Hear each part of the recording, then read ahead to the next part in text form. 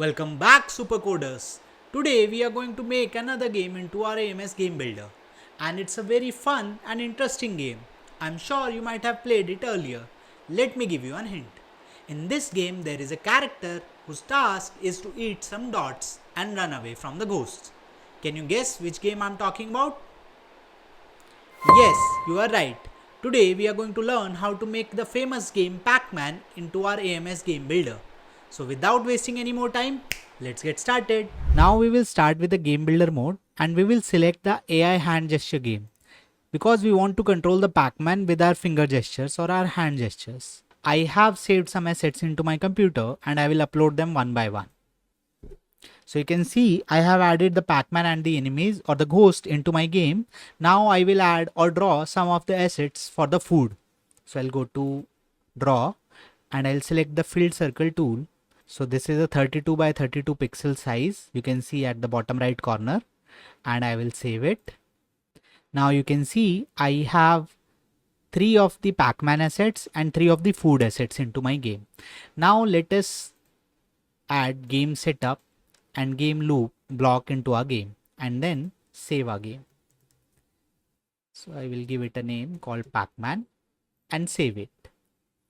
Next I want to create the sprites. So I will click the first sprite, name it as Pacman, another sprite as Ghost 1 and Ghost 2. So I will create the Pacman, the Ghost 1 and Ghost 2.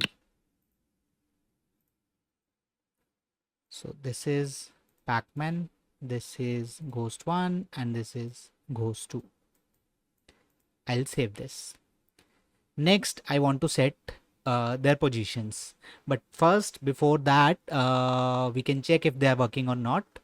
So I'll play it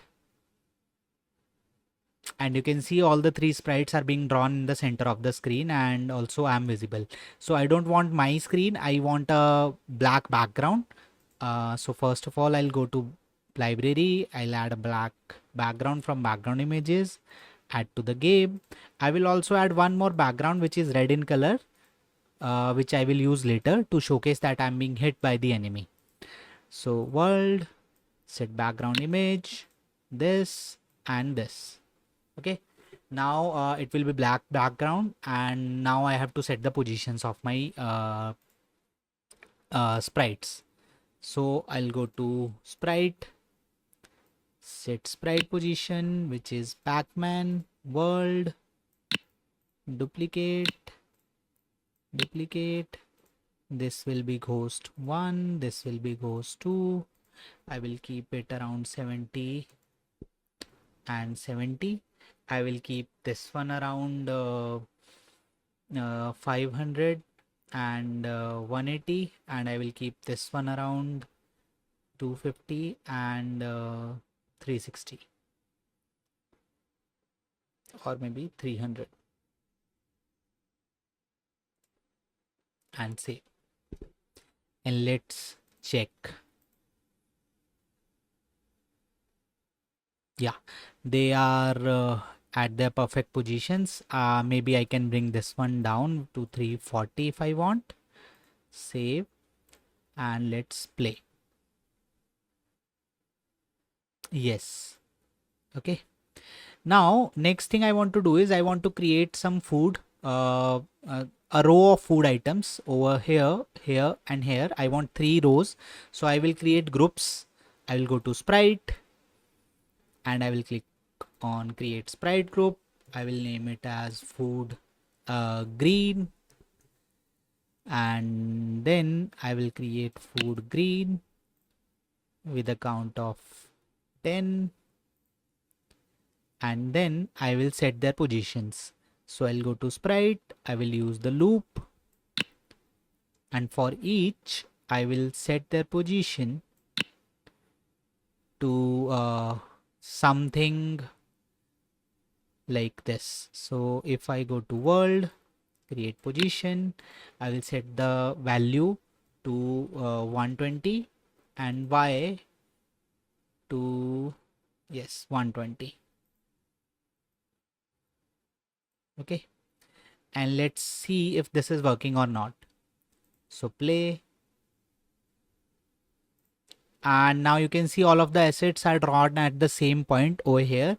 However, I want them to be placed at a different location. One over here, one over here, here, and everywhere. So what I will do, I will want to spread them around. I need to create some variables and I need to use them those variables into my loop. I want different x value for each of the sprite. Okay. Now to spread them around, I would create some variables, and you can see I have created two more groups, which is food row 1, food row 2, and food row 3, because I need 3 rows of our food, each with the 10 items. These are 3 groups. I will just create now 3 variables. So I will create a variable which is food r1 x, then food r2 x,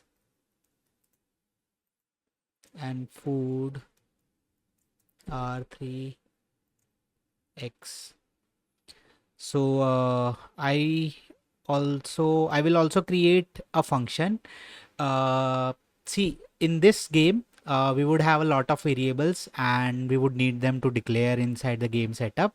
But if we will declare like multiple variables into the game setup, it will become a bulky block and we need to scroll around a lot.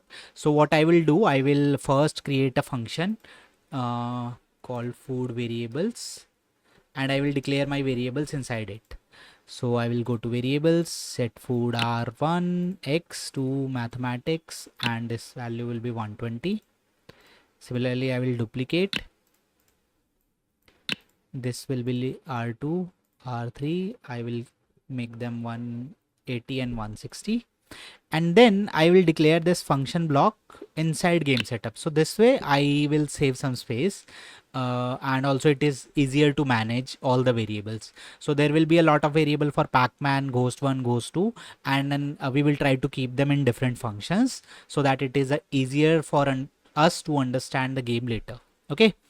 Now next thing is I would want to place the sprite. So food row 1. First, I will set the sprite image. So if you can see set sprite image, I will select a random one like this. So this and this, and then I will set its position. So set sprite I position to a world, and then variable, this will be food r1 x, and then I will set or increment the r1 x variable each time in each loop iteration by 64, because 32 pixel is the size of our food item. So I would want to keep a like distance of 64 pixels between the center of all of them. So similarly, I will duplicate this.